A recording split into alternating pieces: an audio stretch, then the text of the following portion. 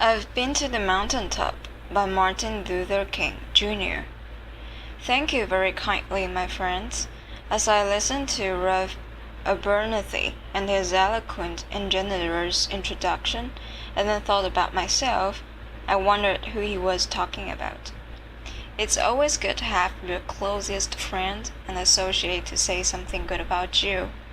And Rev. Abernathy is the best friend that I have in the world.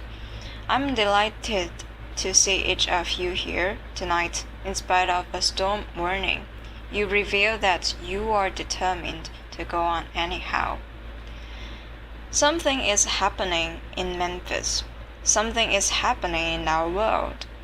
And you know, if I were standing at the beginning of time, with the possibility of taking a kind of general and panoramic view of the whole of human history up to now, and the Almighty said to me, Martin Luther King, which age would you like to live in?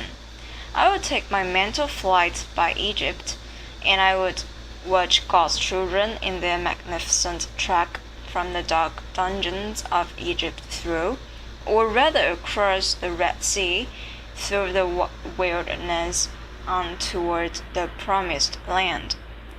And in spite of its magnificence, I wouldn't stop there.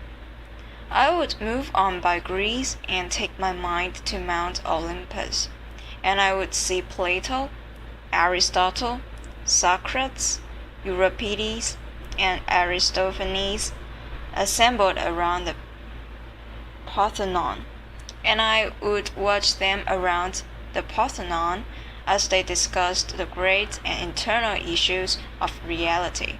But I wouldn't stop there. I would go on even to the great heyday of the Roman Empire, and I would see development around there, through various emperors and leaders. But I wouldn't stop there. I would even come up to the day of the Renaissance,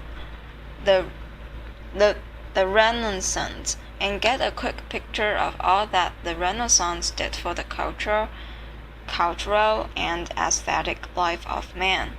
But I wouldn't stop there. I would even go by the way that the man for whom I am named had his habitat, and I would watch Martin Luther King as he tacked his 95 Theses on the door at the Church of Wittenberg. But I wouldn't stop there. I would come up on even to 1863 and watch a vacillating president by the name of Abraham Lincoln finally come to the conclusion that he had to sign the Emancipation Proclamation, but I wouldn't stop there. I would even come up to the early 30s and see a man grappling with the problems of the bankruptcy of his nation, and come with an eloquent cry that we have nothing to fear but fear itself. But I wouldn't stop there. Strangely enough, I would turn to the Almighty and say, if you allow me to live just a few years in the second half of the 20th century, I would be happy. Now that's a strange statement to make, because the world is all messed up. The nation is sick. Trouble is in the land. Confusion all around. That's a strange statement. But I know, somehow, that only when it is dark enough can you see the stars.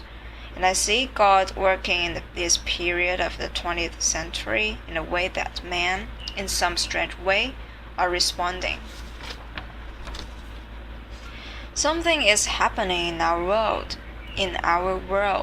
The masses of people are rising up, and wherever they are assembled today, whether they are in Johannesburg, South Africa,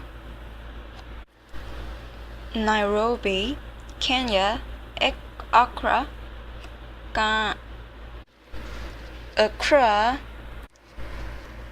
Ghana, New York City, Atlanta, Georgia, Jackson, Mississippi, or Memphis, Tennessee, the cry is always the same. We want to be free.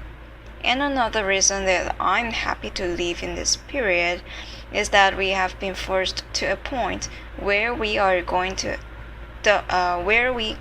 have to grapple with the problems that men have been trying to grapple with through history. But the demands didn't force them to do it. Survival demands that we grapple with them. Men, for years now, have been talking about war and peace. But now, no longer can they just talk about it.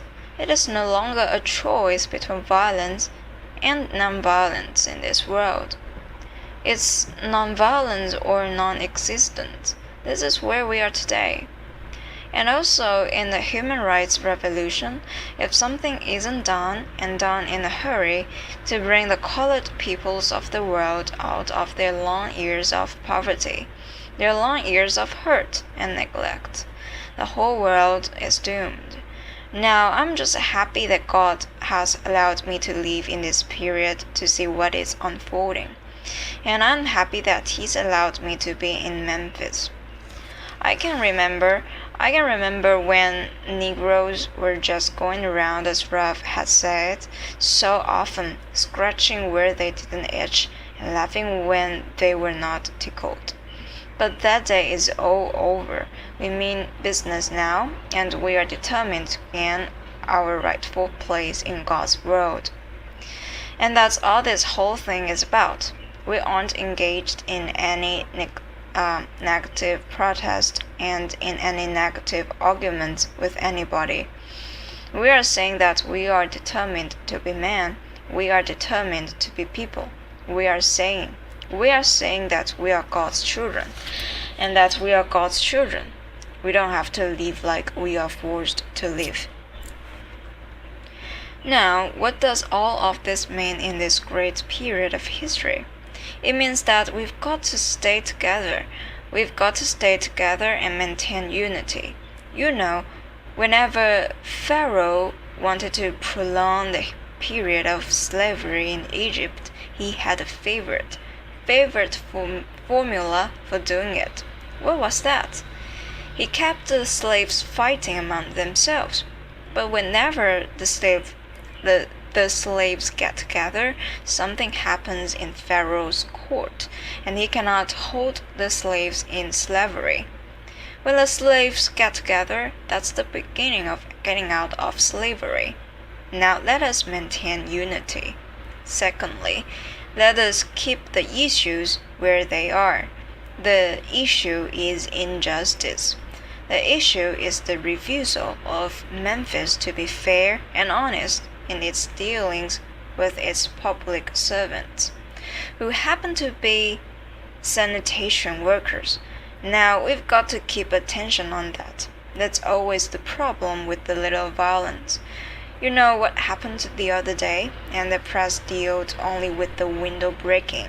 I read the articles. They very seldom got around to mentioning the fact that 1,300 sanitation workers are on strike, and that Memphis is not being fair to them, and that Mayor Loeb is in dire need of a doctor. They didn't get around to that. Now we are going to march again, and we've got to march again in order to put the issue where it is supposed to be, and force everybody to see that there are 1,300 of God's children here suffering. Sometimes going hungry, going through dark and dreary